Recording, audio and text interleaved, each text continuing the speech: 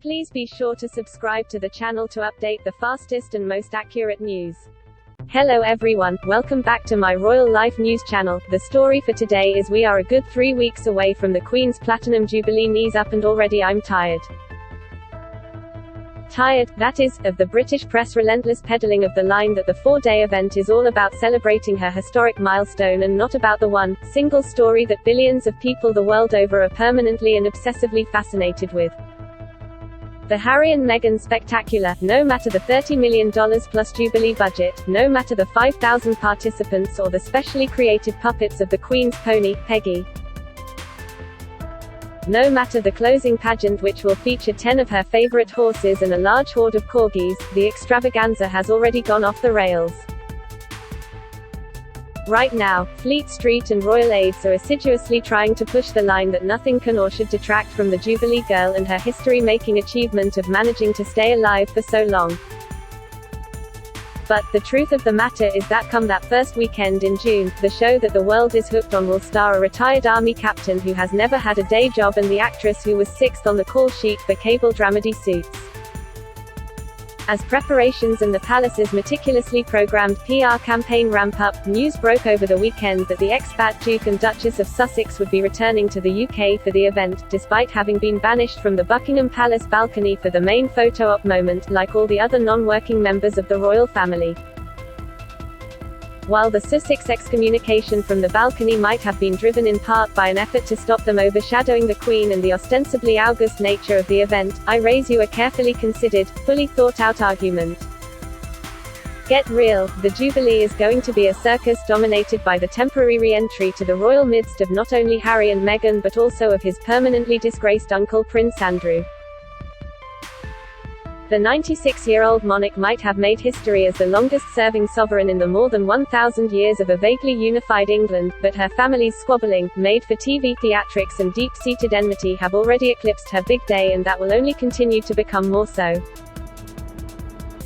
While the revelation that Harry, Meghan and their children Archie, 3, and 11-month-old Lilibet will be jetting in for the event having settled that particular question, a couple of new Sussex-related headaches have sprung up in the last 24 hours. There is of course the $140 million Netflix question.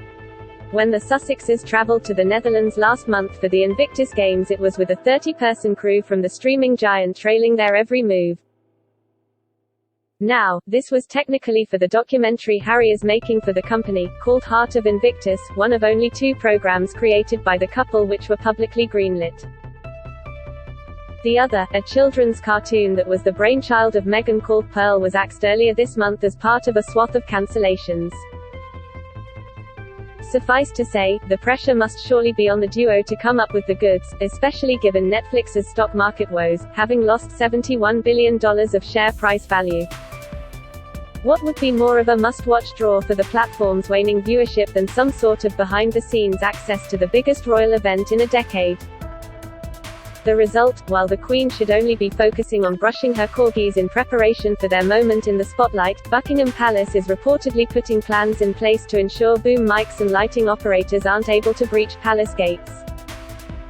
A well-placed source told The Sun, there are concerns tension could explode if the Netflix team comes to the UK and tries to exploit their opportunities.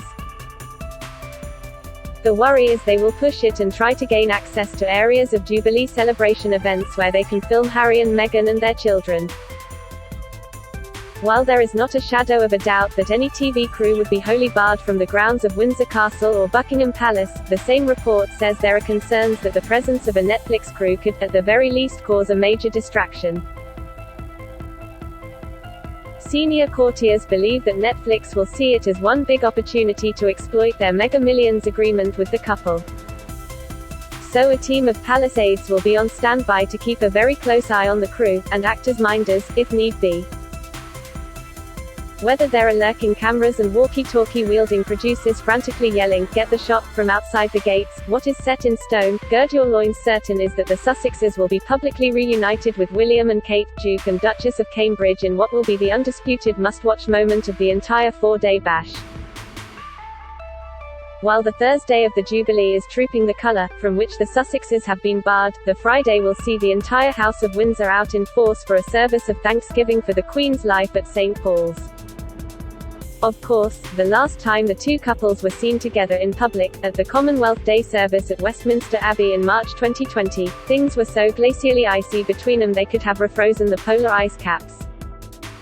Even the most cunning Netflix producer couldn't come up with a more gripping mise-en-scene, the two couples, again stuck in another grand church and with the entire global press corps watching. Me? Rubbing my hands with glee? How dare you? No matter what unfolds between the two ducal duos, from blanking one another to polite nodding to fisticuffs, it is this moment and their every blink, twitch and syllable which will be obsessively pored over and analyzed by the media. The Jubilee might technically be about marking Her Majesty's reign, but the thing that most people will most care, click and talk about is this latest gripping, must-watch chapter in the Sussex-Cambridge soap opera. Oh, and whatever stupid attempt at making a comeback Andrew stages. Don't worry, no one has forgotten about him and his pal, the late convicted child sex offender Jeffrey Epstein. Yes, the Queen has somehow kept the monarchy afloat in the 20th and 21st centuries, doing a job she has never wanted and has never seemed to actually like, and will get plenty of kudos and applause. But how can a woman decades past retirement age still turning up for work even begin to compete in the public attention stakes when you have the biggest royal face-off since the Lancasters met the Yorks at Bosworth Field happening half a metre away? If all of this wasn't bad enough for the trusty palace aides and courtiers sweating over the details of the Jubilee, there is also the increasingly worrying question of how much Her Majesty we will even see during the Jubilee. Buckingham Palace has been reminding everyone that the Queen's attendance at each event during the festivities will only be confirmed on the day due to her mobility issues. Earlier this month it was revealed that courtiers have put several Plan Bs in place for Trooping the Colour, including her making the short trip to the Horse Guards Parade in a Range Rover rather than in a carriage or on horseback, for the first time in 7 decades. One option would be for her car to receive a full sovereign's escort of the household cavalry, which is a ludicrously comical image. I'd scratch that one, chaps. Likewise, this week will see the return of the Buckingham Palace Garden Party, a tradition that dates back to Queen Victoria, and which has not happened since 2019. Her Majesty has been a stalwart presence at these events, which see 30,000 people a year invited to the hallowed grounds for a cuppa, a fruit scone and the chance to watch the Queen making small talk. However, the palace has now revealed that she will not be attending any of the 3 Buckingham Palace parties to be held this month, and the first of which is this week. It is looking highly unlikely she ever will again. If there is one sentence I foresee myself typing a lot in the near future, it is "end of an era."